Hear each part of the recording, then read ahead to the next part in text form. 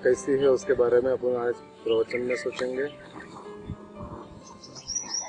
अकेली रहती है या किसी में रहती है। शरीर वो आत्मा का इंडिकेटर है।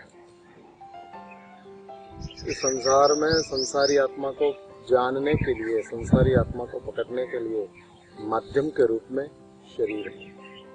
हालांकि शरीर और आत्मा एक ही नहीं है, दोनों भिन्न है, फिर भी शरीर में रहती है।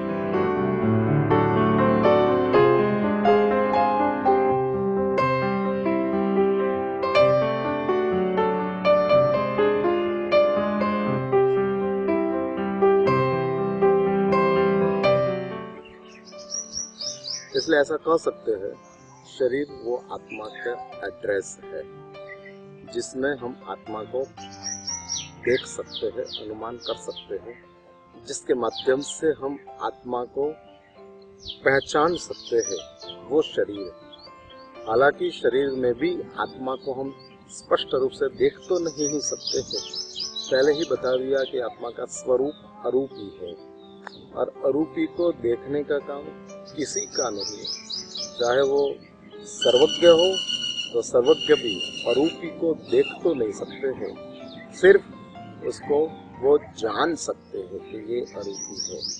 अरूप को देखना किसी के बहस की बात नहीं है। तो आत्मा अरूपी है, फिर भी आत्मा को पकड़ने के लिए एक माध्यम रखा है सांसारिक जीवन में, संसार में। उसका माध्यम का नाम है शरीर है। जैसा हम कह सकते हैं कि समय और घड़ी, ऐसा देखे जाए तो घड़ी में समय है, 9 बजा, 10 बजा, 11 बजा, 12 बजा, वो कहाँ दिखता है? घड़ी में ही दिखता है। फिर भी घड़ी और समय अलग है। समय घड़ी में ही रहने के बावजूद भी समय, घड़ी वो समय नहीं है। समय अलग है, घड़ी अलग है। वैसा शरीर में ही आत्मा रहती है, फिर भी हम कह सकेंगे शरीर और आत्मा अलग है, शरीर में रहने के बाद भी। उसके लिए थोड़ी बहुत बातें अपन सोचेंगे, कहेंगे। जैसे कि सामान्य तौर से संसार में जनरल व व्यावहारिक भाषा में एक भाषा का प्रयोग चलता है, मेरा शरीर है। तो मैं शरीर हूँ ऐसा कोई नहीं बोलते हैं। मैं शरीर हूँ ऐसी बात बताने की होती नहीं है। शरीर मेरा है। I have a body, I am body, no, हम ऐसा कभी नहीं कहते। तो हैविंग मीन्स वो सब ऑब्जेक्ट है, और उस ऑब्जेक्ट का एक सब्जेक्ट है। I have A leg, I have A hand, I have eyes, I have a body, लेकिन आई एम वो अलग है। इसलिए बीइंग और हैविंग, होना, आई एम वो आत्मा है, आई हैव वो आत्मा का इंडिकेटर है, जिससे आत्मा की पहचान प्राप्त होती है। छोटी सी एक बात इधर मैं दृष्टांत के रूप में दिखाना चाहूँगा। जैसे कि एक बात ऐसी हुई, एक सन्यासी थे, और सन्यासी को बहुत बड़ा सन्यासी था, आत्मज्ञानी था, आत्मचिंतन में ही रहता था। गांव में एक छोटा सा आश्रम बना के उसमें वो अपना जीवन प्रसार कर रहे थे। इसमें एक बार कर्म की वजह से उसको भयंकर पेट में पीड़ा शुरू हुई, और वो पीड़ा शुरू होने के हिसाब से उनके भक्त लोगों ने नगर के ख्यातनाम डॉक्टर को बुलाया, और ख्यातनाम डॉक्टर के उपचार शुरू करने की बात हुई। डॉक्टर आए, डॉक्टर ने पेट में देखा, दवाई लिखी, और फिर डॉक्टर ने एक बात बताई कि महाराज साहब आप किस लिए सन्यासी बन गए? डॉक्टर और सन्यासी की चर्चा शुरू की। सन्यासी बनने के पीछे आपका क्या राज था? सन्यासी ने बताया मेरी आत्म साक्षात्कार करना था, आत्म कल्याण करना था, और इसलिए मैं सन्यासी बन गया। अब डॉक्टर कहते हैं कि भाई मुझे तो ये 5 इंद्रियों से कभी आत्मा का दर्शन नहीं हुआ है, न मैंने आँख से देखा है, न मैंने कान से सुना है, न मैंने सांसों में अपनी आत्मा की स्मेल मिली है, न मुझे कभी आत्मा का स्पर्श मिला है। जिस चीज़ इंद्रिय से पकड़ में नहीं आती है उसको मैं कैसे मानूं? डॉक्टर ने बताया कि मैं आत्मा जैसी चीज़ को मानता नहीं। और आत्मा जैसी चीज को मैं मानने के लिए रेडी हूँ। जब तक मुझे पांचों इंद्रियों से कोई एक भी इंद्रिय से आत्मा की पहचान नहीं मिले तब तक मैं कैसे आत्मा को मानूं।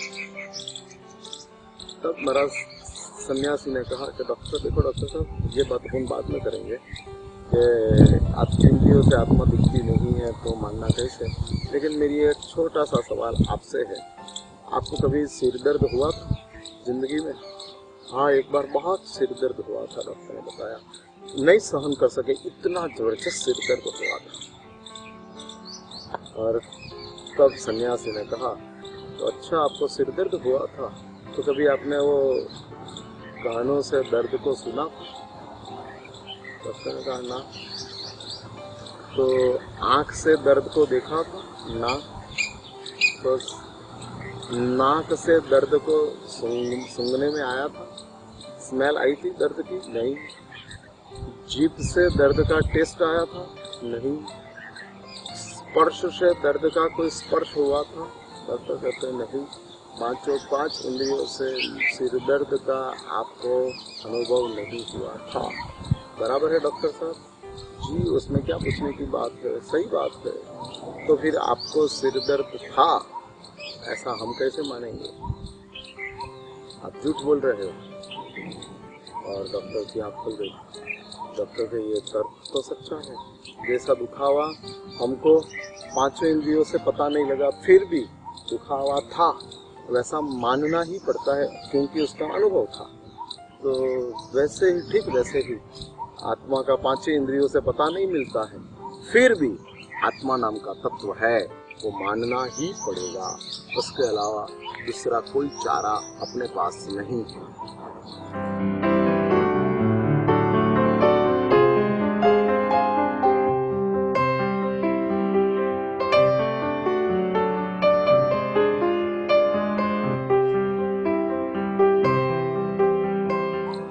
यदि इस आत्म तत्व को शरीर से भिन्न आप नहीं मानो और शरीर को ही आत्मा मान लो तो दिक्कत खड़ी होती है। क्या दिक्कत खड़ी होती है पता है आपको? हम 5 साल की उम्र में थे और 5 साल की उम्र का हम समझो के विदेश में गए थे और हमने चाइना गए थे और चाइना की दीवार देखी थी।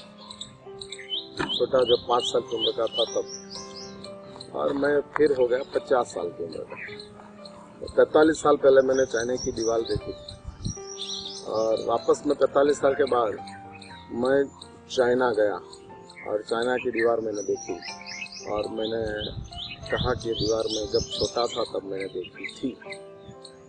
अभी छोटा जब तुम थे, मैं जब छोटा था तब तो मेरा बचपन का शरीर था, मैं बड़ा होने के साथ बचपन का शरीर चला गया। तो यदि आत्मा ही शरीर होती तो बचपन के शरीर के साथ बचपन की आत्मा भी चली गई होती, लेकिन बचपन की आत्मा नहीं चली गई। उसका एक सबूत है कि बचपन में हमने चिन्ह की दीवार देखी थी और 50 साल की उम्र में वापस वही चिन्ह की दीवार देखी तो मुझे ये लगा कि मैंने ये देखा है, ऐसा एक स्मरण हुआ। तो वो स्मरण जो होता है वो स्मरण आत्मा में ही रहता है। तो इस स्मरण के माध्यम से आत्मा शरीर में रहने के बाद भी शरीर से भिन्न एक तत्व है और शरीर से भिन्न आत्म तत्व जो है, उस आत्म तत्व के लिए जैन दर्शन ने आत्म कल्याण के अनेक रास्ते दिखाए हैं सांसारिक व्यवस्था को बताने के लिए। इसलिए एक बात फिक्स हुई, शरीर में आत्मा रहती है फिर भी शरीर से भिन्न, और शरीर में रहने वाली आत्मा शरीर में दिखती नहीं है फिर भी शरीर में है ही, उसके आपको मानना ही पड़ेगा। दूध में हम कहते हैं कि घी है, लेकिन आप दूध का केमिकल टेस्ट कराओ और घी का केमिकल टेस्ट कराओ तो दूध और घी का केमिकल टेस्ट में दोनों में केमिकल वैल्यूज अलग अलग रहेगी, फिर भी कोई व्यक्ति दूध में दही घी नहीं है ऐसा नहीं कह सकेगा, दूध में घी है। जैसे दूध में रहा हुआ घी को प्रकट करने के लिए प्रयास करना पड़ता है, वैसे ही शरीर में रही हुई आत्मा को प्रकट करने के लिए कुछ साधना करनी पड़ती है। उसके अलावा शरीर में आत्म तत्व का अनुभव करना मुश्किल हो जाते हैं, और इसलिए ये शरीर में ही आत्मा है, और शरीर में रही हुई आत्मा को ही संवेदन प्राप्त होती है। और इसलिए जैन दर्शन ऐसी बात बताते हैं कि भाई आत्मा है, नित्य है, शरीर में है, शरीर से भिन्न है, शरीर में रहने के बाद भी शरीर से भिन्न है।